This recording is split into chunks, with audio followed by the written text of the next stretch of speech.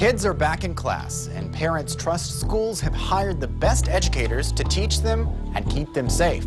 It's an important issue statewide, from the campus to the Capitol, and we're diving into it this morning on a special investigative edition of State of Texas In Depth. Hello, I'm Josh Hinkle, and today our Brian Collister reveals teachers with hidden histories are moving from district to district without anyone fully checking their questionable backgrounds. A public school employee's personnel file is public information for anyone who wants to see it. This file contains all sorts of information, including problems with that employee. But we've learned that most school districts never request this public information when hiring. Come on, accelerate! Once a well-respected McNeil High School track coach and a popular teacher in the Round Rock School District. Mr. Cotton. Christopher Cotton's career in education is likely now over as he faces criminal charges. He had nothing to say to KXAN as he left a recent Williamson County court hearing. We're very hurt. You know, I'm just as angry at them as the defendant. I'm angry at the school district. But outside the courthouse, the grandfather of his alleged victim says the district should have done its homework before hiring Cotton. I hope that the school district wakes up, because this is wrong and something needs to be done about it. The 16-year-old girl told police Cotton kissed her and sent her inappropriate texts, including nude pictures of himself. Mr. Cotton, did you have an inappropriate relationship with a student? But Round Rock wasn't the first sign of trouble. KXAN discovered Austin ISD fired him in 2000 for sending inappropriate emails to a female student. Soon after, though, Pflugerville ISD hired him, and then he went to work at Round Rock ISD in 2004. Both of those districts tell us they did not know AISD had fired Cotton or why. When you hire a teacher or someone that's going to be in a school with children, don't you want to know everything about them? We want to know as much as we possibly can. In fact, our investigation found neither district requested a copy of this, Cotton's personnel file at AISD. If they had, they would have seen this letter written by the principal at Stephen F. Austin High School, which says Cotton had been engaging inappropriately with a female student, a 9th grader. Cotton had sent her an email described as highly inappropriate for a teacher and a student. We obtained the letter by simply filing a public information request for Cotton's entire personnel file. If you'd requested Christopher Cotton's personnel file from AISD, this letter would have been in there. And it talks about the inappropriate relationship he had. Would you have hired him if you'd seen this letter? I don't know if that letter would have been in his personnel file. It was. It's in the personnel file that we got under the Public Information Act. Okay. At Pflugerville ISD, the head of human resources says it's not standard procedure among school districts to request personnel files. The personnel file is voluminous and often does not have information of concern in it. This is a letter that was in Christopher Cotton's personnel file, and this district never asked for it. Why wouldn't you want to see something like this? I can't speak to the procedures that were going on in hiring back then. I cannot speak to those procedures. What I can do is tell you that I have looked back and saw that Pflugerville ISD followed appropriate procedures. 3 references were contacted in Austin ISD, and 3 good references were given for Mr. Cotton. Would you have hired somebody with this letter if you had read it? No, absolutely not. Pflugerville says it did what the law requires, a criminal background check and verification of a valid teaching certificate. But you still don't ask for a personnel file. We do not ask for the personnel file. Because she says it would slow down the hiring process.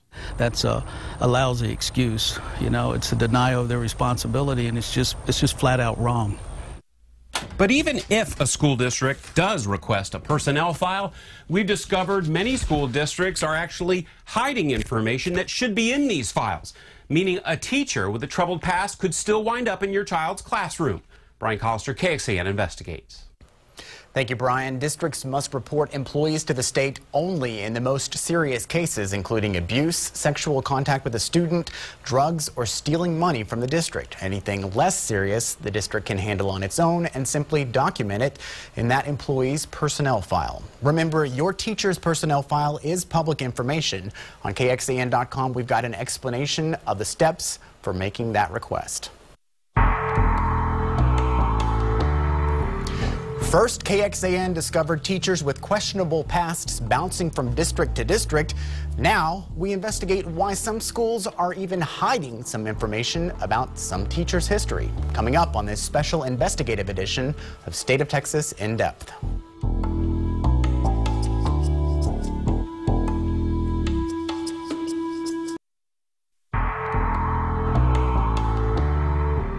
We fully want to support our teachers, but the administration has to thoroughly check whoever they're hiring, because these incidents, they affect children for a lifetime. Earlier, KXAN explored the case of Christopher Cotton, a Central Texas coach and teacher now facing criminal charges for inappropriate behavior with a student. He bounced from district to district to district, with school officials failing to fully check his questionable background by asking for his personnel records. Welcome back to this special investigative edition of State of Texas In Depth. Beyond background issues, KXAN investigator Brian Collister discovered some school districts are hiding negative information from future employers, meaning some bad teachers could still end up in your child's classroom. When there's trouble with a teacher, we've discovered school districts are striking a deal. If the teacher resigns, the school district agrees to keep it quiet, even taking records about their problem out of their personnel file and putting it in a secret, confidential file, making it difficult for any other school districts to ever find out what happened. It is more efficient and it's more effective actually on the part of the district as far as moving things forward. To find out why districts are doing this, we talked to the second largest district in the Austin area, Round Rock ISD. It's entered into more than 20 of these agreements since 2010. The district's head of HR says they're sometimes necessary to get teachers out of the classroom or spare the district an expensive legal battle. In each case, they only provide potential employers what's called a neutral reference, only confirming they once worked there. When we give a neutral reference, that's exactly what it is, a neutral reference. But you also take the records out of the personnel file. So you're making it very hard for that other district to find out the problems with that educator. Why would you do that? Because it's part of the agreement.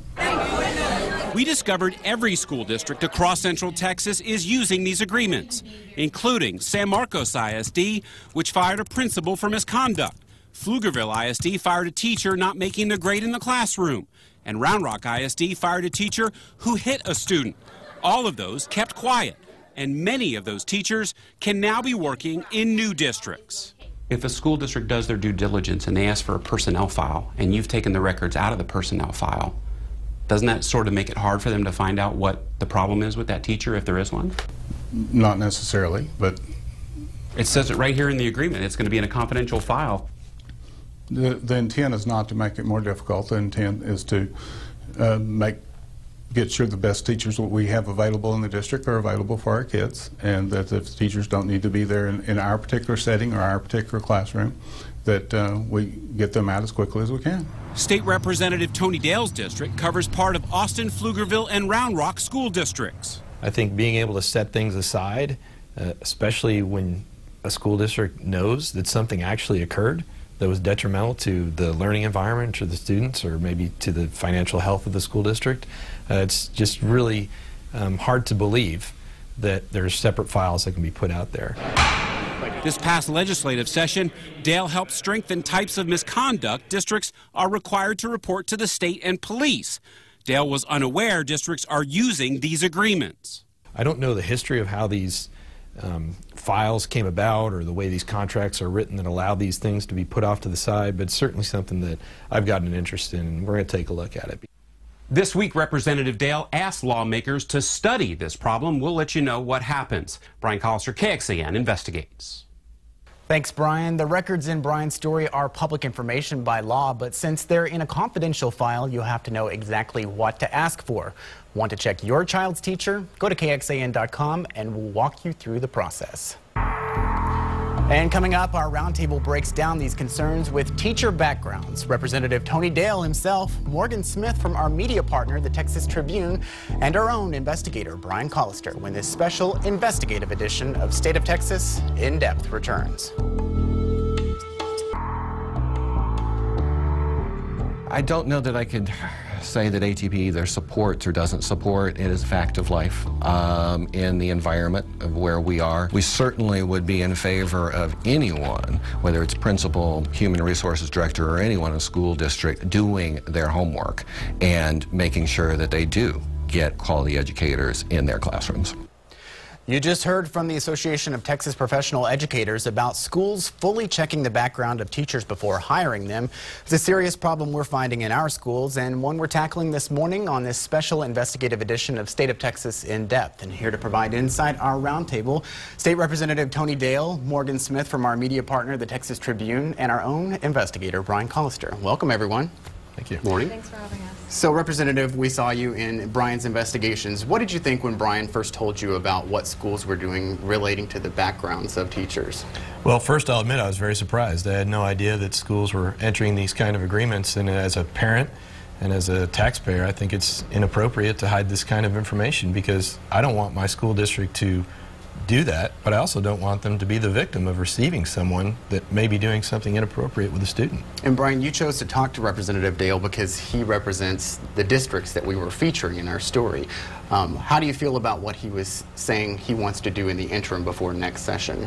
Well, he's going to study the issue, and I think when we talk to the administration at the school districts, it's common knowledge to them of, well, of course we do this. But when we talk to parents, that say, you've got to be kidding, I can't believe this is going on. So I think his looking into it and studying it will finally get some focus on this issue, and we can figure out whether this is a practice that needs to stop or whether there's maybe a way to do to affect some type of change without legislation. And the concerns with teachers didn't start with this investigation for you, Representative. You were also tackling these concerns in the last legislative session this spring. Kind of talk about that a little bit. Well, a lot of our efforts are going towards transparency and making sure that school board members, for example, have access to records without having to go through an open records request. We had that bill passed last session. It was the first one I passed. But also in terms of child protection, I had to pass a bill this session to make sure that adults could not solicit children online for sexual purposes. Our law got overturned by a court, and I'm very proud to be able to put that law back in place. And a lot of this ties into what we've seen from some of these teachers. Now, obviously, that's something we talk and hear about with teachers and student relationships. And Morgan, I know that a lot of the press lately has been covering the rise in inappropriate relationships between Texas teachers and their students. Yes, over the last few years, there has been a rise in the number of cases like this that have come up that doesn't correspond with the rise in percentage of teachers in Texas. So there is something going on that can be attributed both to better reporting requirements. I think school districts, school personnel are much more aware of what they have to report, either to law enforcement or to the State Board of Educators certification in these situations. But I also think that the increased use of social media between educators and students, while it can be a learning tool in some cases, it can be also just a place where teacher-student relationships become much more casual and can unfortunately lend itself to these type of situations. Brian, I was surprised to learn, as Morgan was saying, what they have to report, what school districts have to report to the Texas Education Agency, because it's not a lot when you look at the scope of things that actually happens. What are we talking about? Well, when we looked at it in our investigation, we found that what the school districts are required to report are almost like criminal offenses. You know, if they're stealing money from the district, if they're abusing children, if they're having a sexual relationship with the children, those are criminal cases. But when we looked at these agreements, they were happening in situations that didn't rise to that level. You can have just a bad teacher. You can have some other type of disciplinary issues. And that's where we saw the bulk of these agreements, where the school district would agree to keep that information quiet, being used. Is that something that is working right now? Do you think that school districts should have to report more information and more concerns than they are right now to the state? Well, I think there is a difference between a crime of, say, moral turpitude or sexual contact with a student. Absolutely needs to be disclosed. I don't think any of that information should ever be taken out of a file. And if that's happening today, we need to put a stop to it. But as someone that's come out of business, there are times in business where you're going to let someone go, say it's a layoff or something like that. There may be an agreement and release and severance package given to them in association with that. I think that's completely different from the kind of things that we've seen where some teachers just move around from one district to another when they're a poor teacher or they're doing something that's essentially illegal. So if you're talking about those kind of things, it needs to stop for sure. Relating to the backgrounds and these agreements, you wanting to look into it after this last session in the interim, what do you think the timetable is? Are we going to see legislation come out of this? I think it's likely that we'll see legislation come out of this, but that's what the study is for, just to see what is the existing law. Is it something that's still permissible, or was it permissible in the first place? Sometimes things outstrip the law. You know, people could get creative and find ways to do things. We'll have to examine all of that, but we'll likely have a hearing sometime early next year, and maybe more than one, hopefully, if the Speaker allows it, and we'll go from there. Morgan, as we talked about the rise in those relationships between teachers and students, do you feel like because there's that focus right now on what's happening in our schools relating to this kind of area, will there be more legislation or talk, at least in the Capitol, ahead of next session? Well, I think anytime there is cases like the kinds of cases that have been making the news lately arise, that does generate conversation at the Capitol. You see more parents, you see probably even more school administrators, going to their legislators and asking, is there something that we can do about this? What needs to happen at the state level policy-wise to address this problem? Is there something that we could do on the front end? This seems very much a reaction. What should school districts do after? But can there be better training, better backgrounding before it actually gets to that point? Well, we've had a number of these incidents in Central Texas, some in the school districts I represent, and each time it happens, as someone that's been a manager and hiring people in the past, I say, who's doing the background checks on these people? What is the thoroughness of the background check? So that's not a question that I have the answer to right now, but I would say that this is a great opportunity for parents to reach out to school board members and ask that question. It can't be just coming from me, but from residents and from parents. They can be asking these same questions, and if you get your school board members asking, you might have more thoroughness in some of these processes. Representative, thank you for talking with us and for taking up this issue. It's certainly a big point of concern for a lot of parents, and we'll be interested to see what happens ahead of next session. Well, thanks. I'm a parent too, so I want to look into it for sure. All right. Morgan, Brian, thank you as always.